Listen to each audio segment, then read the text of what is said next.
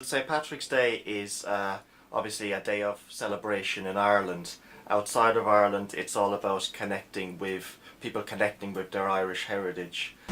St. Patrick's Day is celebrated all over the world. It's about Irishness.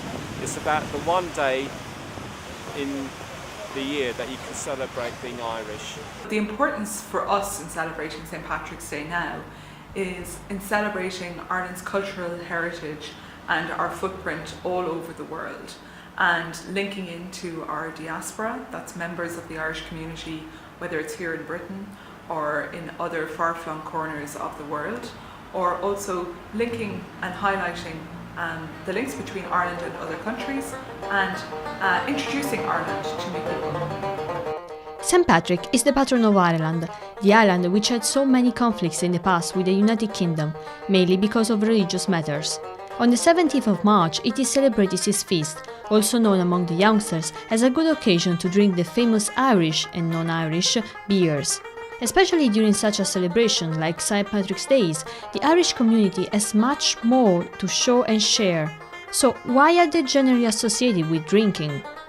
The Irish community has always been known to like a drink. That's possibly because of the history of immigration, and when people went away, I think they wanted to not feel alone, be together, and that's why they gathered in the public houses and whatever. So that's I think that's why that started. Is there truth in it? Do we drink more than other people? That's debatable, but I think that's where it started anyway, and that's why people started saying it in England, in America. The Irish like a drink. Yes, we enjoy drink in pubs, but we also enjoy eating out, and we enjoy the religious aspect of the celebration, because Ireland has a very deep Christian faith, which St. Patrick was famous for. Northern Ireland stands peacefully close to the Republic of Ireland. After a long time, Irish and British communities now enjoy the benefits of sharing their cultures, far away from the past conflicts.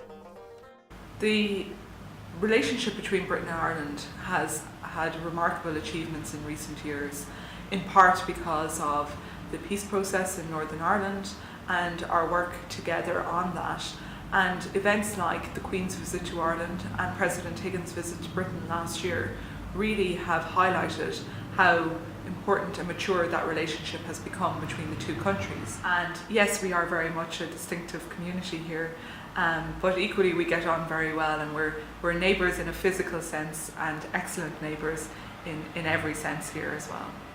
We're so similar. We've been linked all this time by people emigrating, going forward, going backwards and forwards. There's always been that conflict, but thankfully we're in a good place now where relations are very good.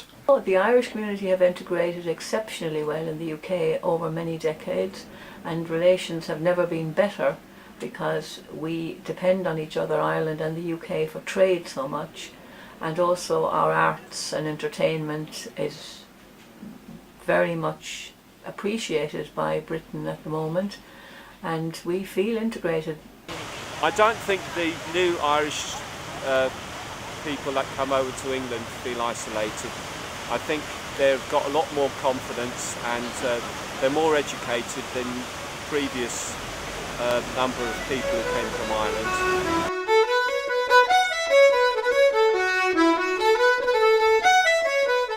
The most traditional Irish trait that I like to reflect on is our ability to tell stories. So I think over the years we've had some fantastic writers, and also it is something that people know Irish people for all over the world are excellent writers like W.B. Yeats, the wonderful poet, Seamus Heaney, and also then our musicians who are storytellers in their own right.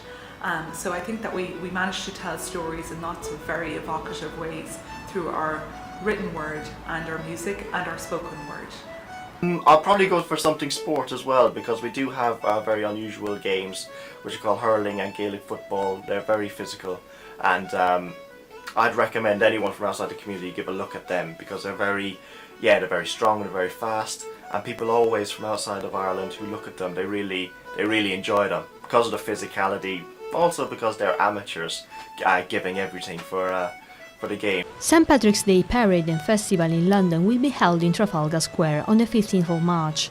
More than 100,000 of people attended it in 2014 as the celebration came at its 13th year. I think it's important for London, well, to celebrate all the ethnic minorities that live here, because they all make a big contribution to making London what it is and building it up over the years. So one of the ways that we now celebrate St. Patrick's Day around the world is through the Global Greenings Initiative. And this year is the 6th year of it.